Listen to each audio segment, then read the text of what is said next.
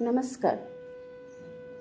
भगवद्गीता हा हिंदू धर्मातील खूप महान ग्रंथ आहे.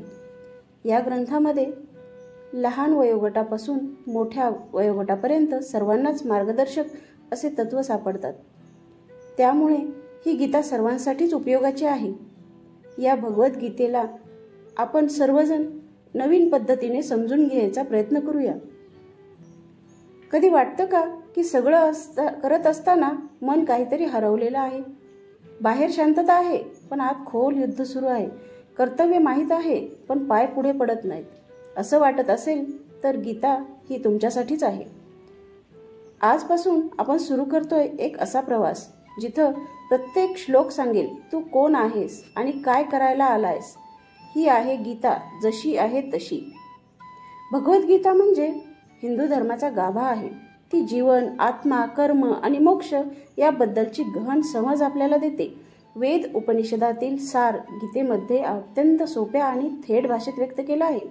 म्हणूनच गीतेला गीतोपनिषद असंही म्हटलं जातं, म्हणजेच उपनिषदांचं सार. गीतेमुळे आपल्याला 3 योग मार्ग माहीत होतात: कर्मयोग, भक्तियोग, ज्ञानयोग. कर्मयोग म्हणजे निस्वार्थ कर्तव्य भावना. भक्तियोग म्हणजे परमेश्वरावर अढळ श्रद्धा. ज्ञानयोग म्हणजे आत्म्याच्या सत्य स्वरूपाची ओळख. या तिन्ही मार्गामुळे गीता कोणत्याही वयोगटासाठी, कोणत्याही व्यक्तीला उपयुक्त ठरते. गीता ही इतर ग्रंथासारखी कोणा ऋषींनी रचलेली नाही. ती स्वतः भगवान श्रीकृष्णांनी अर्जुनाला सांगितलेली वाणी आहे. म्हणूनच गीतेतील प्रत्येक श्लोक हा ईश्वरी ज्ञान मानला जातो. हिंदू धर्म म्हणजे केवळ पूजापाठ नाही तर एक जीवन पद्धती आहे. गीता आपल्याला शिकवते आपलं कर्तव्य काय आहे, नैतिकतेचा आदर्श कसा ठेवायचा, अपयशात आणि यशात समत्व कसं ठेवायचं. गीता विचारांनी जगायला शिकवते, केवळ वागायला नव्हे. मोक्षासाठी संन्यास नको, कर्मातच साधना आहे हे गीतेनं स्पष्ट सांगितलेलं आहे. संसारात राहा पण संसार तुमच्यात राहू देऊ नका.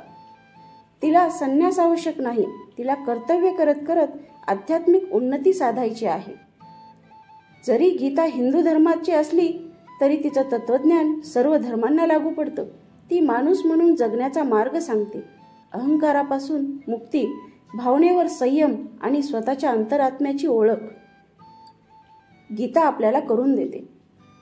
थोडक्यात सांगायचं म्हटलं तर भगवद्गीता हा ग्रंथ नाही, ती आत्म्याचा आरसा आहे. ती शिकवते की कर्म करा पण मोहात अडकू नका, भक्ती करा पण विवेकशून्य होऊ नका आणि जगा पण सत्याशी एकरूप राहा. शब्द जुने असतील पण त्यातलं सत्य आजही तितकंच जिवंत आहे. गीता आपल्याला शिकवते की युद्ध बाहेर नसेल तर ते आपल्या आत नक्कीच आहे आणि त्या युद्धात तुमच्यासाठी कुणीतरी कृष्ण होऊन बोलते.